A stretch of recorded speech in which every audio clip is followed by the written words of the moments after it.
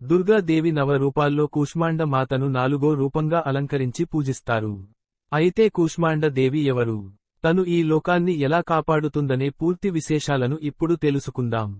హిందూ పంచాంగం ప్రకారం ప్రతి సంవత్సరం అశ్విని మాసంలో శుద్ధ చవితి రోజున కూష్మాండ మాతను ఆరాధిస్తారు. నవరాత్రుల సమయంలో 4వ రోజు కూష్మాండ దేవిని పూజించడం వల్ల దీర్ఘకాలిక రోగాల నుండి ఉపశమనం లభించడంతో పాటు సమాజంలో కీర్తి, బలం, సంపదలన్నీ పెరుగుతాయని చాలా మంది నమ్ముతారు. అయితే కూష్మాండ దేవి ఎవరు? తనకు ఆ పేరెలా వచ్చింది? ఆ తల్లి ఈ లోకాన్ని ఎలా కాపాడుతుంది? ఈ అమ్మవారికి ఏ రంగులంటే ఇష్టం? అసురులను సంహరించడానికి అమ్మవారు ఎలాంటి ఆయుధాలను వాడారు? అమ్మవారి ఆశీస్సులు పొందడానికి ఏ మంత్రాలను పఠించాలనే వివరాలతో పాటు కూష్మాండ దేవి ప్రాముఖ్యత, కథకు సంబంధించిన ఆసక్తికరమైన విశేషాలను ఇప్పుడు తెలుసుకుందాం. కూష్మాండ దేవి పేరెలా వచ్చిందంటే, నవరాత్రుల్లో 4వ రోజున అంటే చతుర్థి రోజు కూష్మాండ దేవిని భక్తి శ్రద్ధలతో పూజిస్తారు. పురాణాల ప్రకారం ఈ లోకమంతా చీకటి మయంగా మారినప్పుడు కూష్మాండ మాత తన దైవిక హాస్యంతో ఈ లోకాన్ని సృష్టించినట్లు తెలుస్తోంది. అందుకే ఈ అమ్మవారిని విశ్వంలోనే ఆదిశక్తి అని కూడా పిలుస్తారు. 8 చేతులు కలిగి ఉన్నందున ఈ తల్లిని అష్టభుజ అని కూడా పిలుస్తారు. తన 7 చేతుల్లో చక్రం, ఖడ్గం, గద, పాశం, ధనస్సు, బాణాలు, మకరందం నిండిన కలశం ఉంటాయి. 8వ చేతిలో సకల సిద్ధులు, నిధులు ఇచ్చే జపమాలను ధరించి ఉంటుంది.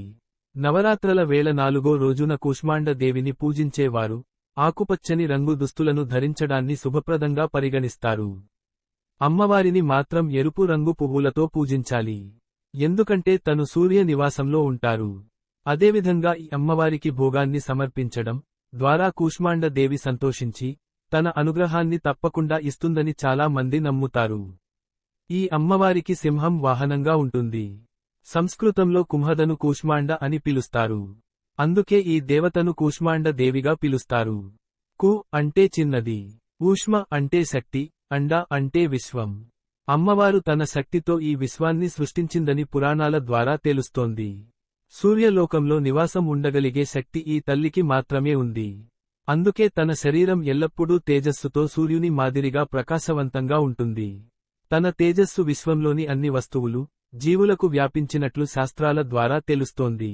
ఈ మంత్రాలతో ఓం దేవి కూష్మాండాయైన నమః సురా సంపూర్ణకలశం రుధిరాఫ్లుతమేవచ దధానా హస్త పద్మభ్యాం కూష్మాండ శుభదాస్తుమే యా దేవీ సర్వభూతేషు మా కూష్మాండ రూపేణ సంస్థిత నమస్తస్యో నమస్తస్యై నమస్తస్యై నమః దుర్గతినాశిని త్వమహి దరిద్రాది వినాశనీం జయమద ధనదా కూష్మాండే ప్రణమామ్యహం జగతమాతా జగతకత్రీ జగదాధర రూపానీం చరాచరేశ్వరీ కూష్మాండే ప్రణమామ్యహం త్రైలోక్యసుందరీ త్వమహి దుఃఖశోక నివారిణీం పరమానందమయి కూష్మాండే.